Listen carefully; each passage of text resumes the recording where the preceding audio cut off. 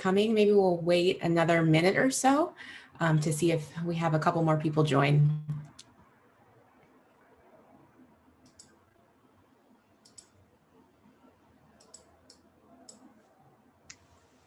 While we were waiting, hi, this is Bita. Can I do a sound check? Can you hear me?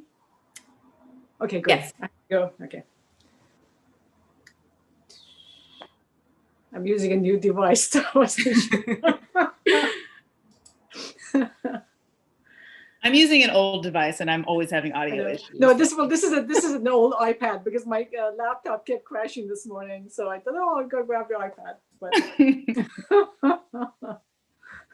Gotta love technology. Right? Especially when it's like required for life now. Exactly. Never wants to work on I think I was just telling you, Marguerite, the other day, like Zoom just be trying to catch you slipping. Like yeah. you know what you're doing, but you just have problems randomly. Yep. Okay, well, we can go ahead and get started. Welcome to the Black and Neuro Conference 2020, the Mentor Mentee Spotlight. I hope you've been able to enjoy some of our other programming today. We've had 3 panels on grad school applications during the pandemic, as well as a career panel with Facebook Reality Labs. And then we just wrapped up a workshop on how to shine during virtual interviews and presentations. If you weren't able to catch some of those sessions, you can check those out on our YouTube page, where all of those sessions are either available now or they'll be posted shortly. Before we start, I want to thank our generous conference sponsors, without which our events would not be possible. And I also want to give people a heads up that if you look down in the bottom right of your screen, there's an option to access a live transcript. So if you would like that, just click that down at the bottom right. And then if you want to share any tidbits that you learned today, because I'm sure there will be plenty, please do so using the hashtag BIN Conference 2020. So I'm so excited to have with me today Dr. Bita Moghaddam, professor and chair of the Department of Behavioral Neuroscience at Oregon Health Science University, and Dr. Marguerite Matthews. Marguerite worked with Bita for her PhD research at the University of Pittsburgh. She then went on to do a postdoc at Oregon Health Science University before joining NINDS as a health program specialist. In this conversation, we'll hear from this very successful mentor-mentee pair on how they navigated their specific relationship, as well as some tips and strategies that they've learned along the way in their different career paths, both for mentors and mentees. So I wondered if we could start by having both of you all introduce yourself. And I know that you both do a lot of mentoring, but in very different ways. So if you could describe a little bit what mentoring looks like for you right now. Bita, if you want to start. Sure. I am still doing the kind of mentoring that I did when Marguerite was in the lab. So I am mentoring graduate students, postdocs, as well as research associates, assistants who want to potentially go into a career in science, whether it's a graduate school, medical school, MD, PhD programs. At Pittsburgh, I used to do some mentoring of undergraduate students. I don't teach undergraduates at OHSU, so that has changed slightly. That actually used to take a fair amount of my time. But by the virtue of being a department chair who has recruited a number of assistant professors, I am also mentoring assistant professors now, and that is quite challenging, something that is I am learning to do better and better, hopefully, but that's relatively new for me since I took over the chair position here. So. Wow, so mentoring in lots of different ways, it seems like. Marguerite? So yeah, I am now working at the NIH and I'm not doing research. I've moved away from the bench. So I actually never pictured that I would be considered a mentor formally or informally. But I have a big mouth and I have lots of experiences to share. So I think that really resonates with a lot of students, all the way down to the high school level up through graduate school and postdoc training, that just ask for some advice and, also want to know, am I overthinking things? Is this something that is normal? And being able to share my experiences and kind of offer some guidance. I do research, training, and career development work in my current position at NINDS.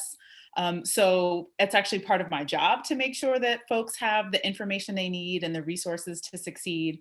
but I'm also serve as a mentor in the SFN Neuroscience Scholars Program, formally as a mentor, and I've adopted many students along the way just because they hear from another student like, she really helped me with this, you know, you should talk to her. So I find that actually a great source of pride, that a lot that I've learned, the ways in which so many people have mentored and invested in me over the years. From being in, you know, grade school all the way up through today. It's so nice to be able to give that back in some part. I love that. And I love that we have kind of two people that represent the different ways that you can get mentoring, and both of them are so important. So I'm really excited that you're here. So we know that mentoring is so important, but everyone approaches this differently. Mentors can differ in kind of how actively involved and accessible they are, what their expectations are for their trainees and how they communicate and relay expectations, and how flexible they might be to different trainees' needs. So I wonder if, Bita, you could start by talking about what is your mentoring style more broadly, and then discuss maybe some things you remember from your mentoring approach with Marguerite and some positive things that might have come out of that relationship. Sure. So it's with mentoring, I feel like as a mentor, you are given a seed to grow, and you can't dictate that seed grows into an apple tree versus a petunia plant. You just don't. What you can do is figure out what that seed needs optimally to grow to its fullest potential.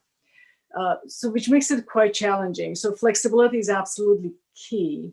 And so is honestly the environment. If I am living in an environment that is not, and I'm going to keep going back to the seed analogy, is not really perfect for petunia to grow, then I may not be a good fit as a mentor.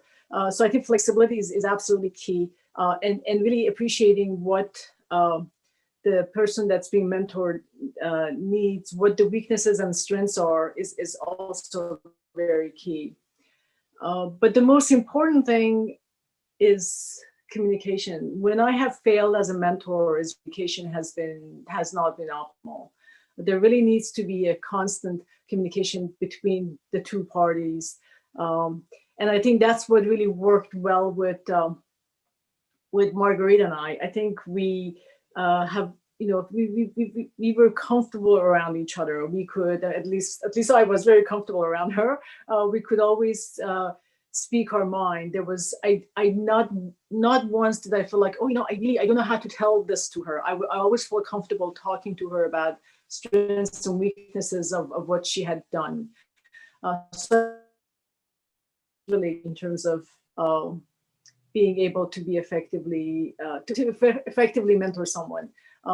I don't like the question, what's your mentoring style? Because honestly, it sounds like, what's your parenting style? What's your gardening style? There is not a single style. I think all good mentors make a lot of mistakes, learn and try and improve, and try and really tailor mentoring for each individual as we learn more.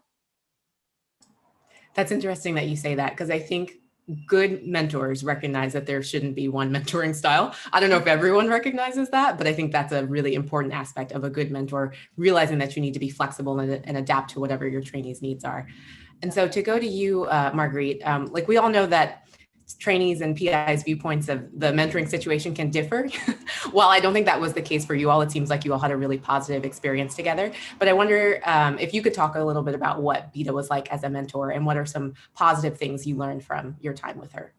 Sure. I think it really all goes back to my first meeting Bita, and I'm not sure if she remembers this, but I started as a graduate student at Carnegie Mellon University, and they have a biological sciences program.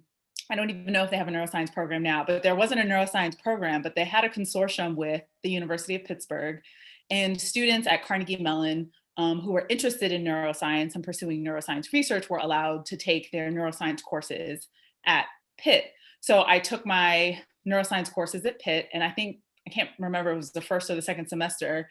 I would go over to the Pitt campus with two or three other students, sit in the classes, and every week or so we had a new faculty that would present on a certain type of one area of the course, and Bita was teaching, and there was just something about her presence that I just connected with. And I was in a rotation at Carnegie Mellon, but I knew as soon as the lecture was over, the first lecture, that I wanted to work with her. So I went up to her. She didn't know me from Eve. I don't know if Adam is the right term here. She didn't know me from anybody else because she never had the opportunity to meet me coming into the program. So I was really quite a stranger to her compared to the other students in the course. And I asked her, can I do a rotation with you? And she said, sure. And so I worked with her for a few months in my last rotation, and I decided I wanted to work with her in the lab for my dissertation. And it became this big thing. I wasn't able to actually choose her as a mentor for reasons still unknown to me, because they let me do a rotation in her lab at Pitt, but when it came down to choosing her as my dissertation mentor, it all sort of fell apart. But unlike Pitt, they had 2 rotations for a semester each, whereas at Carnegie Mellon, it was about 2 to 3 months. So we had 3 rotations. And so it was a short amount of time for me to get to know her, but I just liked her mentoring style. She trusted that I could do something, and connected me with one of the postdocs in the lab. And when I told her I wanted to work with her, she said, sure, let's make it happen. And then when sort of everything was going on with me not being able to choose her as a dissertation mentor, she tried everything. Every week, almost every day, it seemed like she had a new idea of how we could make this thing work, of where I could work in her lab and still be a student.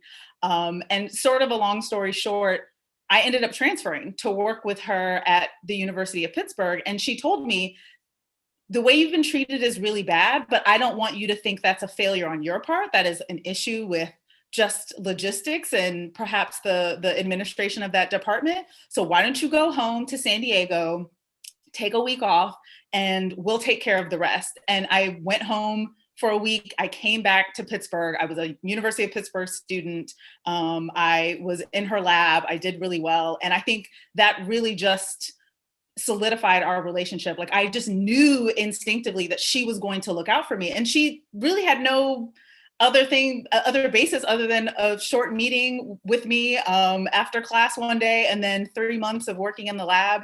And it worked out really well for me because she was a more senior mentor, had clearly mentored other people before, but she was also so willing to go to bat for me, right? And make sure that I was okay mentally, my mental wellness was okay, checking in on me, but also holding me to a high standard that I know you can do good work. I know you're going to be a great addition to this lab. And that allowed me to trust her, to communicate with her, to share with her when I was struggling, and to listen to her when she told me, hey, you need to get it together.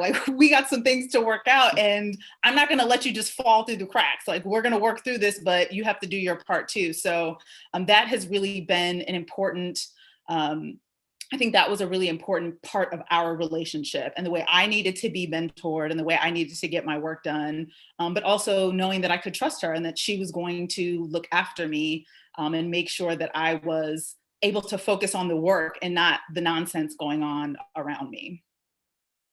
Thank you. So far, this has all sounded really positive.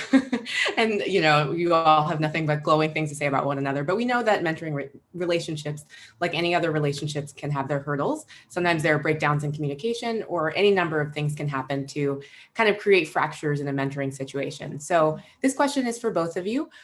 Were there any difficult parts about navigating your mentor-mentee relationship, or any hurdles that you had to deal with? And then how did you come to a resolution about that? And if there weren't any, that's also fine. So I'll go first. And I'm going to go back to what Marguerite started. With her choice to work in my lab, and then the grown-ups behaving badly, that was not a good situation. One of the things I do with my trainees is I don't hide the problems that arise, and everybody in my lab knows that. I have walked into the lab and started crying about something horrible that had happened. I let them know what the ugliness of academia can be like. And in this case, it was the grown-ups were behaving badly, and of course I was going to go for bat for her, and of course what was being done for her was pretty terrible to her, was pretty unacceptable. And I have to be honest about this, that Marguerite was my first Black trainee. No, I had Black research assistants, and the lab had always been quite diverse. We've had a large number of, in fact, I think there were more immigrants, people of color than white people traditionally in the lab throughout years of running the lab. But I had it was the first time that I felt like potentially as a Black student, she was being treated differently. And I had to sort of pause and think about, is she, or what can I do to alleviate that? And feeling quite helpless that I don't know, like, I don't know if she's being treated differently or they're throwing these obstacles at us because of that. So that's something that it was for me, it was a difficult situation. And I think I've sort of gotten better, maybe not, but that was a learning experience for me. When I told Marguerite that she should just leave for a week, I'm not sure if that was a better thing to do or not, because I felt like she just doesn't deserve to be dealing with all the nonsense. She should just leave and let me just do the fighting that I generally do well for her. And I think it worked out, but that could have also backfired. So there's a fair amount of learning that goes on for mentors who have Black students, because a lot of us we just haven't had the experience, and we haven't witnessed some of the issues that Black trainees have. And when we see them for the first time, a lot of times it's like, oh my God, like what should I be doing? Am I doing the right thing? And but the one thing that I always try to do with Marguerite and then all my other trainees, whether they're Black, people of color, or white, is the standards always remain high in the lab. And Marguerite knows that. It's like, you're not going to slack off. You're not going to do suboptimal work. You're not going to not read. You're not going to not excel. I'm going to expect you. We're going to help you. So standards are going to get lowered, but we just need to figure out a way to help each other as best as we can. And that's something that I'm not sure that I did as well, or whether I could have done better in terms of supporting her to excel. I mean, she did, only because Marguerite is just amazing. So. Thank you. I really appreciate you even acknowledging that. I know it can be difficult to acknowledge like where our potential shortcomings are. So that's really important that you even can say that. Marguerite? Yeah, I think we had sort of normal disagreements. I can remember times where we would have our meetings and I would show her what I was working on and she'd be like, why are you working on this? And I'm like, we talked about this a month ago. I'm pretty sure I didn't make that up, but maybe I did, it's possible. And so, I mean, but it wasn't contentious. Like I never really had a moment where I was like, this woman is awful. I hate her so much. Why is she like this?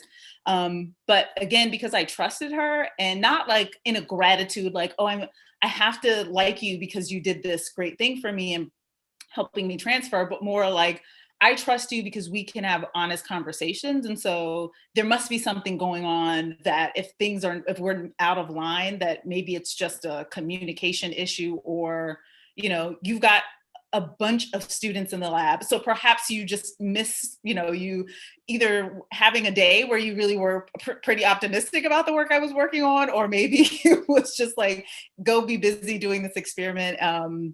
I don't know, but it still worked out, right? Like it wasn't a big issue. And there was also a time where I'm not exactly a slacker, but I am a person who is overly committed. And to my Dslings out there, we've had these conversations, and it's because I've had these conversations with Bita, where I was, vice president of this club, and I was president of this club, and I was co-president of this other club, and I was also, doing stuff at my church, and like all these leadership positions, all these service things.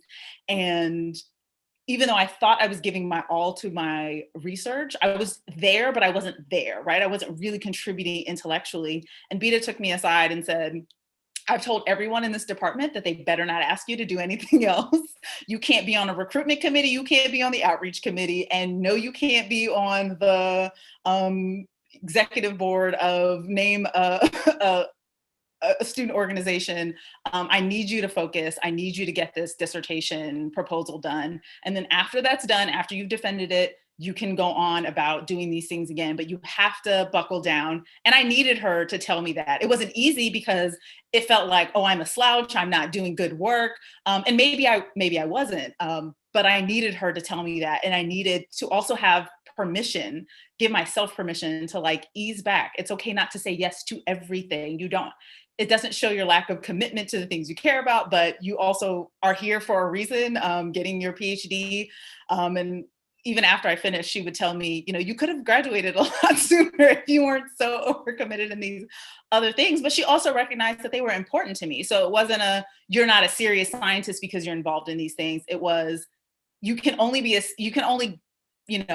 get further if you finish this or decide to quit. Like you've got to, I don't know if I should cuss on here, but the expression, you do this or you get off the pot. And so I appreciated her candor, but I think she already has mentioned, and I have too, that we had that communication there. We were able to have sometimes those tough conversations. I didn't always like to hear it. I think I'm perfect in every single way. And I don't do anything wrong, but I also know that I need to be reined in. And that's also why I think I chose her, because I knew that she was not a BSer. She wasn't a person who, will just flatter you and make you feel all roses and rainbows all the time, but would be honest, but also give me everything I needed to succeed, show me how to get there. And that was, I think, a necessary lesson for me to be able to get to where I am now. Whew. I feel like you were talking to me right there. I felt all of that. Ooh, thank you. Yeah, it's okay to step back. It's always okay. It is. It is. And everyone listening. And if you need somebody to tell you to step back, call me, because I will tell you to step back. I appreciate that.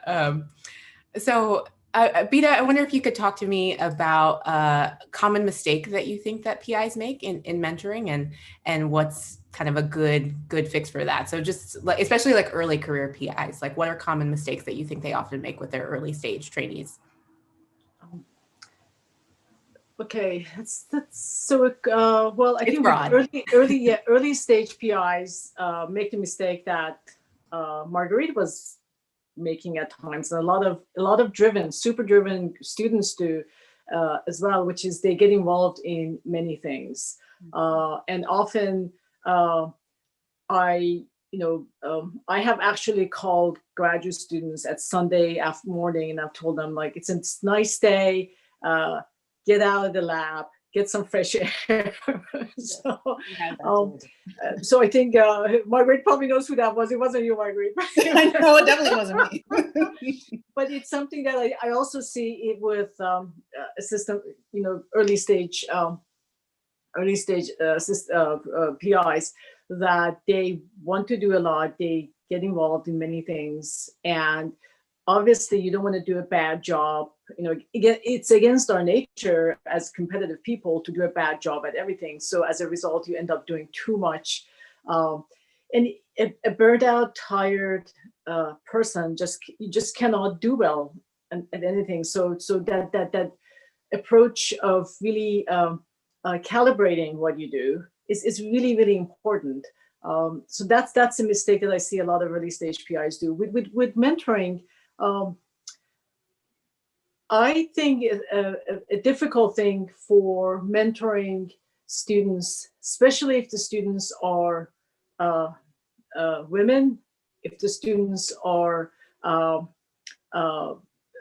people of color, is that some PIs worry about being tough, for lack of a better term. And as a result, you end up not really outlining areas where trainees need to improve in a concise, helpful way. If someone gives me a piece of writing that is bad, because, most of you, your first piece of writing, most graduate students, your first piece of writing is not going to be good. It's going to be really awful. I remember the first piece of writing I gave my mentor. He sits me down on the couch and he tells me, So sports, that's what I used to call him. I know you like to read a lot of novels, but that's not how you write science. This is like a mystery novel. You shouldn't be writing like that. So he actually like totally tore it apart, and it was useful because I had to realize that, oh, I need to completely change my writing style. So he didn't tell me I was a good writer. He didn't tell me, oh, this is okay. No, he said this really is not good. You need to work on it. So I think that ends up being an issue if PIs are literally afraid or concerned about being too critical at the expense of not providing enough feedback. Because after all, being a trainee, you're being trained. And so that's something that I see that a number of PIs struggle. And as a result, the trainees aren't getting the training that they actually need. So that to me is, I think, one of the major weaknesses or problems. Thank you. It's interesting that you mentioned women make that mistake too, because it makes sense because we're trying to walk this kind of fine line between, leading, but also not being preserved as, too bossy or any of those like adjectives that people just throw around for women. But that was. But, honestly, I have to, and Marguerite knows that too. You have to kind of drop that concern. I'm constantly being told I am mean, I'm too bossy, I'm not sensitive. It's not going to stop. But once you accept that it is what it is, and some people are just going to approach women that way, and thankfully a lot of them are great. 99.9% of them are not really the younger generations. So I think we need to just get over that concern, frankly. So. Yeah, I will say I have Bita's voice in my ears all the time when I think that I'm afraid to be labeled a certain way. And she's like, who cares what they call you? I mean, are you doing what you need to do? Are you getting what you need to get out of this? And the rest of it is just semantics. Okay, you're mean, you're a boss, you're bossy, you're a diva, whatever. Keep it moving. Like, you got to do what you have to do to continue to move forward and not let other people's opinions of you shape that, because you could be timid and quiet, and then that's an issue, right? Like, you're too quiet, you're too timid, you don't speak up enough for yourself, you're not assertive enough. So there's no, it's almost like the same thing sort of racially with respectability politics. People not gonna like you for whatever reason. So there's no perfect way to be, and I needed to hear that. I needed to have permission from someone who is like a tiny little woman who is like, hey, you can call me whatever you want to call me, but I get things done. I'm well funded. I train great students. I'm out, here doing what I'm supposed to do. And I guess I'm mean in the process. Sure. That's fine. Wow. Yeah. All of these things are really resonating with me, and I'm sure they're resonating with everyone watching. But I'm wondering, when that does happen, it sounds like both of you are kind of at a point where you just kind of take it in stride, but are you ever actively calling out people who are making those sort of comments, or what's your approach to that? Oh, that's a good one. Sometimes I do, sometimes I don't. If you do, it almost always backfires. So when I do it, I'm doing it for the next generation. I'm doing it for trainees. I'm rarely doing it for me. And again, it sort of depends on, you need to focus on the long game. That's something that I've told Marguerite. I tell other people that I train. And if people are using these adjectives, they're just adjectives, to describe you. Just put it on the adjective column. I can give you pages and pages of the adjectives that has been used to label me. But that's fine. But is that going to affect what's going on in the lab, the next grant, the next project? Most likely not. But what it is going to do, if I focus on it, it is going to hurt me. It's going to harm me. So it's very much about not giving folks permission to bring me down. Yeah. But in terms of calling it out, it's tough. You have to use judgment, honestly. So. Yeah, and I find myself doing it more in reference to other people. That when I feel that they're unfair characteristics being used about other people, I do call it out. I think it's inappropriate. Or, oh, so you think that this means that? So tell me why. Why would you say that? Is that exactly what you meant to say? Did you mean to say that this person is insert adjective because they're a woman, because they're Black? No one's really been bold enough to say that to my face. So they may say it behind my back. I don't know. I am bossy. So good job for calling that out. I mean, congratulations, Sherlock. You should do that for a living. I don't know. There's most of the adjectives people use to describe me are true. So I don't really have an issue with it. But I think also to Bita's point, like I do feel a certain way about it when it's happening to people I know. And you know, I've talked with other folks. I won't say their names. They may or may not be on this panel right now. Where I've had to tell them, like, there's something off about this, and if you need me to step in and handle this, like, I will. But there's something very wrong here, and you know, I think you should proceed with caution, but let other people go to bat for you, because especially when you're a trainee, it's hard to assert yourself in a way that. Unfortunately, just the way the power dynamics are set up, you can be caught in the crossfires, and it can backfire, or people, you know, do use those labels against you when it comes to, you know, getting the paperwork signed that you need to get signed. But that's why I think it's so important for mentors to back up their students and make sure that they are being treated as fairly as possible. And I think that's the frustrating thing that I see too often with Black trainees, especially, that their mentor may not be a person who is providing the toxic environment, but they're allowing other toxic things to happen to that student and just kind of pretending like it's not happening. Like, well, if we pretend it's not happening, is it really happening? Like, if we say that we're living in a post-racial society, then it must be true. So I'm going to assume the best and, you know, brush past it and not make sure that this person is okay. Or even with coworkers, sometimes you hear things said in meetings, and then someone might come up to you after the meeting in your office with the door closed and say, "Oh, I'm so sorry. I can't believe that, you know, somebody said that." Well, why did you say that? Why did you call it out when it was happening?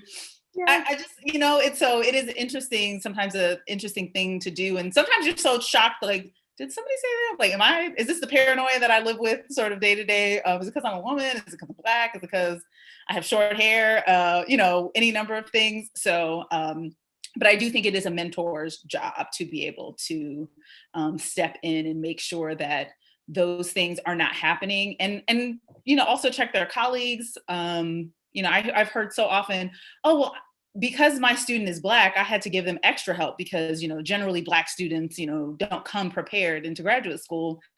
It's like, well, that might be true for some, but like the assumption that just because this person is Black needs extra help and tutoring because they don't know anything, like, why would you say that? Like, that's not, like, why are we doing this? So anyway, that's a really long answer to your question, Brielle, but it brings up so many things that I've experienced both as a student and as a postdoc, and then even now as a person who's in a permanent position, that you see these things happen peer, but also in a power dynamic situation. It can be more than just hurting your feelings, right? It can actually have negative consequences later on down the road and color the way people think about groups who might be different than them. Thank you. We took some turns there, but I think all of that was super, super important.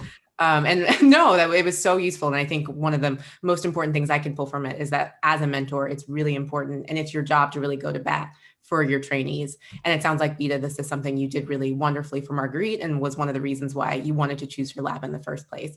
So along that same vein, do you all have any tips for people when they're seeking out labs, and like things they should be looking for, red flags they should also be looking out for when they're seeking out their first lab experience?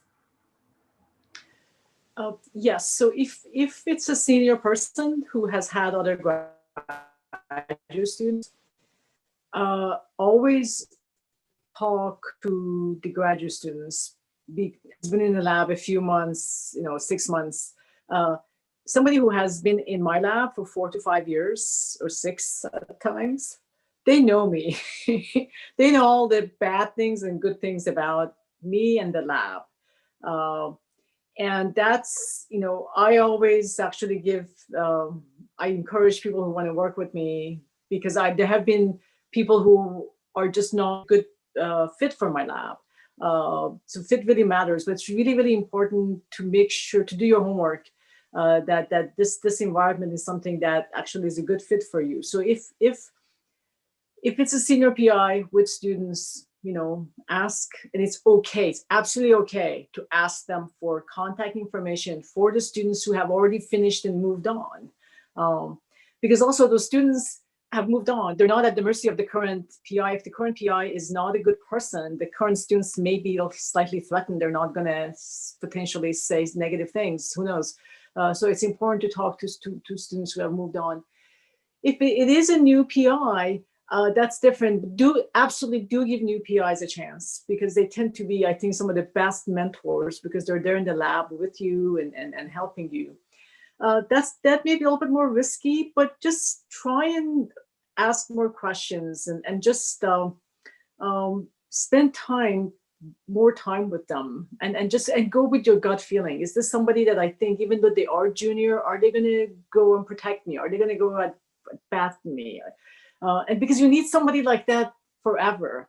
Once you finish from a lab, the PI protecting you, writing letters for you, writing your grants, supporting you, it actually almost just starts when you leave the lab. So yeah, so I would, with the new PI, do your homework and just give it time to really try and understand the PI, and because with a new PI, you would be also doing as much mentoring, and that's okay. So also keep that in mind. Yes, having done my postdoc with a junior PI, I definitely had to learn how to manage up, but it was worth it. He's a genius. I am a genius adjacent, having been trained by him.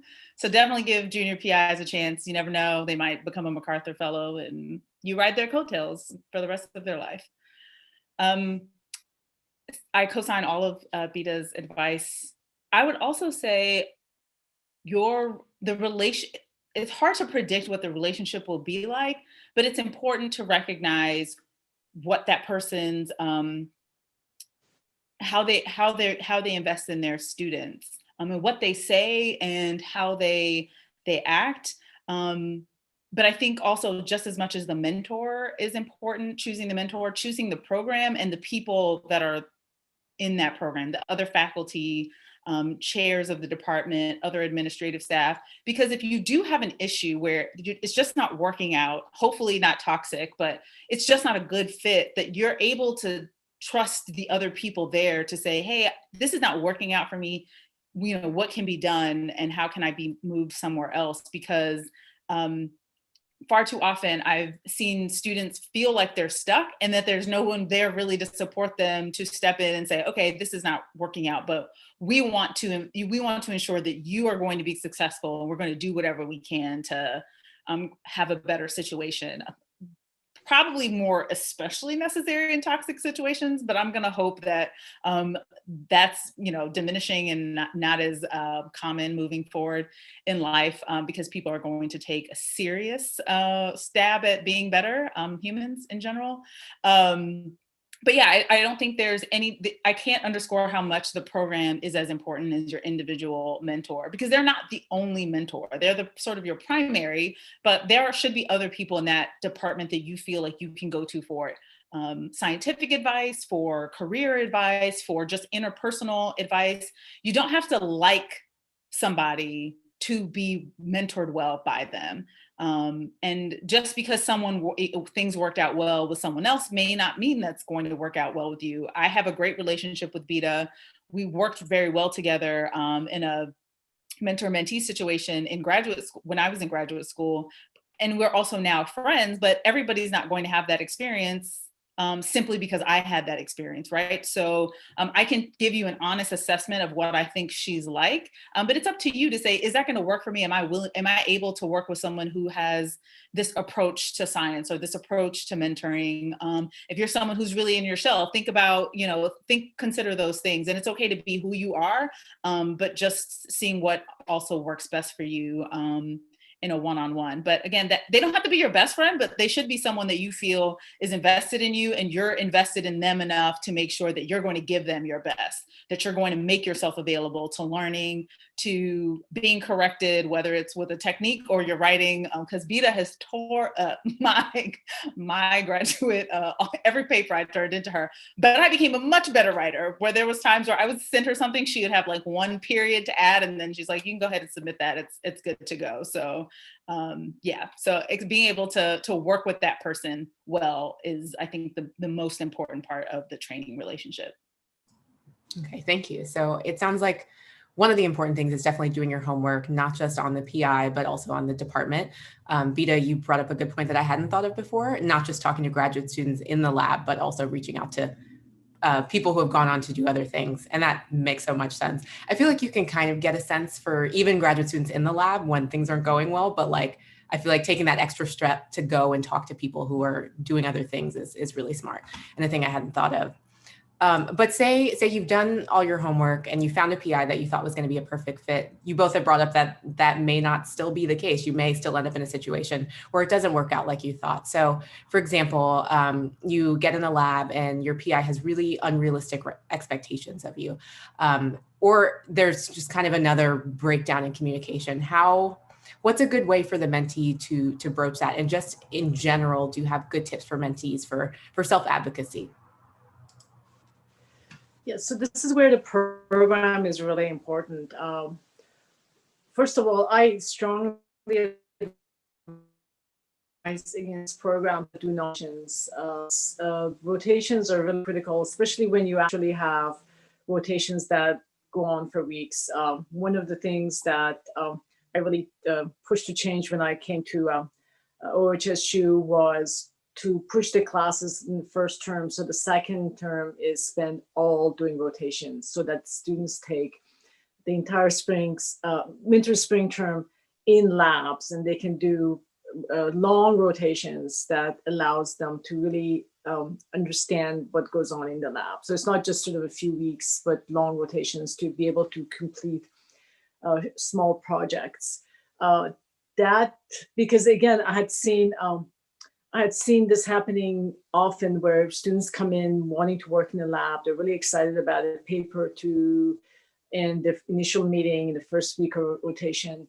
And then they don't join the lab and things just don't work out. So I would choose programs that actually give you sufficient time for long rotations so that you can decide if a lab is a right choice for you or not. Because again, it's not about good or bad, it's about the right choice. So there could be, we have, amazing students who come to my lab and they just really don't like the project and what we're doing, and they're doing amazingly well. It's not a bad reflection on my lab, or vice versa. There are students who I want to have in the lab, and so it's about the fit and having time to do your homework to find a good fit. Now, let's say you do all that and then you find a lab choice that's not good. That's where I really, I think what Marguerite said about the program is really, really important. Most good programs, you immediately have a committee who takes care of you. The committee that helps you choose labs, the committee that essentially, it really takes a committee to raise a student and not just a PI. So I would go for those programs where the committee can step in and help you make a decision. And if you decide that the lab is not a good fit for you, do not shy away from switching labs. It is okay. Even if you've been there for a year, you're much better off switching lab on your year 2 versus being miserable for 4 or 5 years. And it happens. Marguerite can tell you, I was a co-director of the Pittsburgh Neuroscience program, which was that's a huge program. We had over 80 students. So I saw a lot of things happen there. And one of the things that did happen many times was students changing labs, and it is okay to do that. Yeah. Thank it's you. okay and probably necessary for it to happen, Yeah. for your own well-being and the well-being of the science. And don't take it as a failure, like that this is a great lab. other students are doing well, it's not right for me. It's just not a good match. So it's not about winning or losing or failure, or so. It's just that you need to find a lab that works for you, and it's okay to switch after a year. Yeah. Marguerite, did you have anything to add? Yeah, I would say, in addition to that, which is why I love the Black and Neuro community, is that, and being connected to community, having people that you can sort of voice your frustrations to, because it might be a you problem. You might be the problem. You aren't communicating, so your mentor doesn't know what you need, or you are slacking off, and it's creating other issues. But being able to just whine about it to your friends over wine on Zoom or on Twitter, and just sort of getting out that frustration, and then having them, hopefully people who you trust, that will say, so, okay, you have to take some ownership, and this is a way you can approach it. And I think having that support, also to know that it's a frustrating time. Being in graduate school is hard. You're now becoming an expert, and things aren't always going the way that you want them to. There's other pressures going on. And so having to deal with interpersonal relationships can just get further, further the stress along. And it may not be on purpose, but having other people to confide in and to talk about, and maybe they've experienced something similar. But I think it's also important to go into situations where there might be a conflict and thinking the best of a person. And maybe it is just, we're not communicating well. And if I write it out and say, these are my expectations of you, can you tell me your expectations of me? And can we work through this? Also may help. And maybe there was a breakdown. But I think sometimes it's so easy to just think that the worst of somebody and they're out to get you, and maybe it's not a good situation. They may actually be terrible. So I'm not saying that you're making things up, but if it is a situation where you just think that this is not working out, I don't quite know why, it may be best to talk with your mentor about it first, or second, after you talk to your friends on Zoom or FaceTime, and then approach it. And then if not, then go to your department and see what other options that you have available. I tell my mentees all the time, break up with them. You can break up with that person. This is not a lifelong relationship. You don't have to suffer. And by suffer, it may just be the science. Like, we're not getting anywhere. This person wants me to sort of do questionably ethical work, and I'm not with that. Break up with them. You can move on. It's okay. I've known plenty of students who switch labs a year or two later, they've defended their dissertations. Like, it is not something that has to be, it's not a scarlet letter. You will not be stained for the rest of your life. So go forth and prosper. We had a question from the audience about what role does social media play in your mentorship? And so I wonder if they mean, now that we have this kind of vast reach to a lot of different people, how are we using that to teach people about mentoring or to take new people under our wing? Marguerite, if you wanted to start. Sure. I talk a lot about mentorship in terms of what I think mentors should be doing for their trainees. And I think that people are really open to that and want, especially now when you don't have anywhere to go and you're sort of in a different space, like physical space and head space, that there's other opportunities to think about how to better mentor students, but especially students who have been historically marginalized. And I think that it really creates a broader audience, and that's beautiful, really, that people are listening and they want to do better, and maybe they're checking themselves for the first time. Also getting a chance to interact with other folks and give them little tips and tricks of how to be a better writer, be a better mentee even, because I think we do have to have a willingness to approach these relationships with our best, right? You can't expect your mentor to be everything and then you're not giving anything of yourself. And I like being able to sort of have some of these honest conversations about that, and to a bigger audience that so many people seem to be listening. And maybe if one person just takes that nugget, I think that's really great. And then I get people sort of in my DMs like, hey, I have this problem, can you help me? And connecting them with other folks who may have had similar experiences. It's a really beautiful community. And I think it's one that needs to be really taken advantage of. Like, it's there, use it, go talk to people. People want to help and want to, or at least offer some sort of support, like even if it's just that sucks, I'm so sorry that happened to you, or break up with them, like it's okay to do that, or, you know, whatever the case may be. So I think there's so many different ways that social media can be used for mentoring advice or actual mentoring relationships and connecting people to be able to do that. I can't believe we're getting low on time. We had another question from the audience about what can grad students do when the PI creates a toxic, emotionally abusive environment. This is something that we kind of touched on earlier, but say students have left, but the department isn't doing anything. So are there other channels that the graduate student can go through to try to get support or get help? So few departments actually run graduate programs. First, I would like to very much emphasize what Marguerite was mentioning. If there are problems, if there are issues, if there are concerns, it's a great life skill to have to pause and first say, am I doing something wrong here? Should I have done something more with the communication? If the toxic environment is in a certain lab and everybody in that lab is suffering from that toxic environment, then I suggest that you combine forces. Toxic environment, by definition, is something that applies to everybody that's in that lab. If it's just one person or two people, pause and see if was there a communication breakdown. If this is something that generalizes to all the other students, all the other postdocs that are in that lab, and then that is something that you need to go to the graduate program director, and you can go as a team and discuss the problem with them.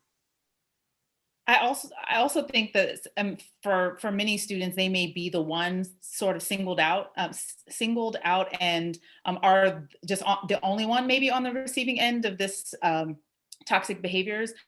Document everything, write down, even if it seems very mundane, write things down, time, date, who was there. If you feel comfortable talking with other people in the lab, also say, hey, did you notice when this happened? Because some people don't always notice microaggressions or think about certain things. But if you ask them, if this happened to you, like, how would you feel?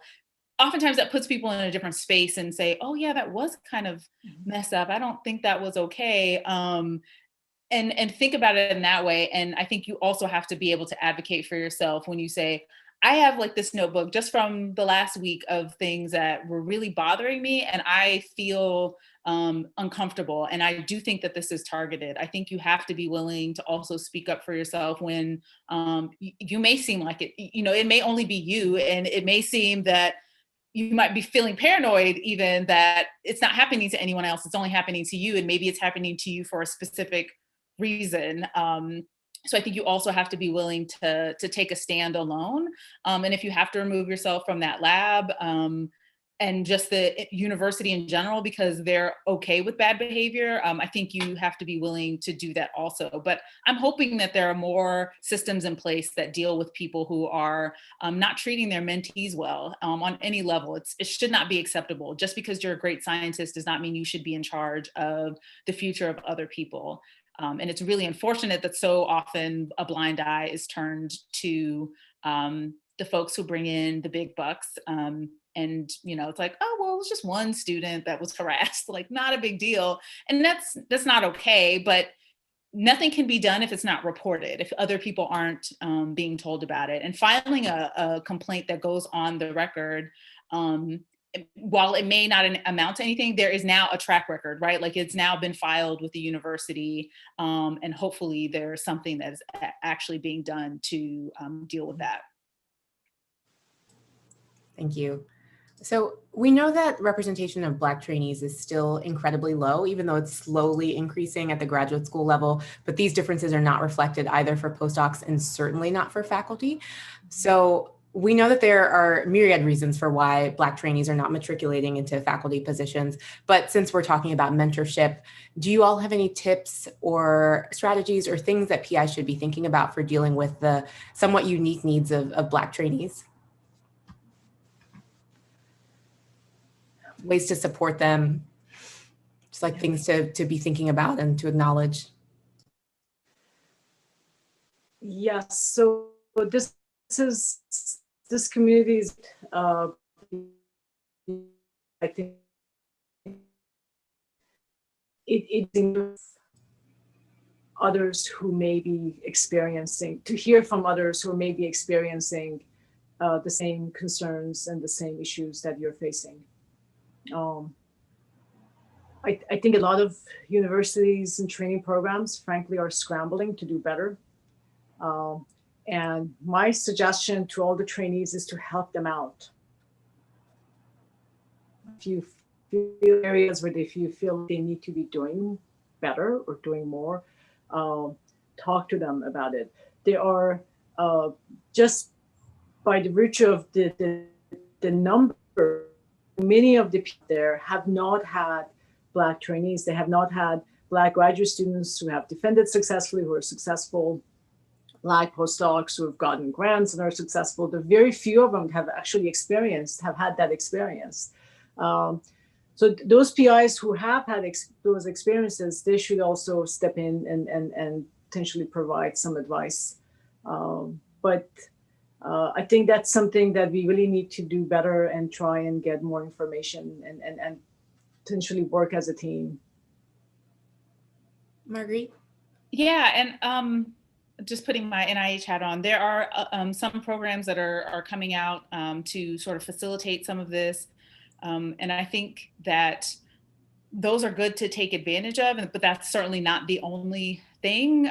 Creating relationships, especially like collaborations with other people, having those, using your network to really be able to attach yourself to someone who has a name recognition perhaps, or the track record of writing successful grants and doing science that is clearly pushing things forward. I think it's okay to be attached to those people and to utilize those relationships to better your science.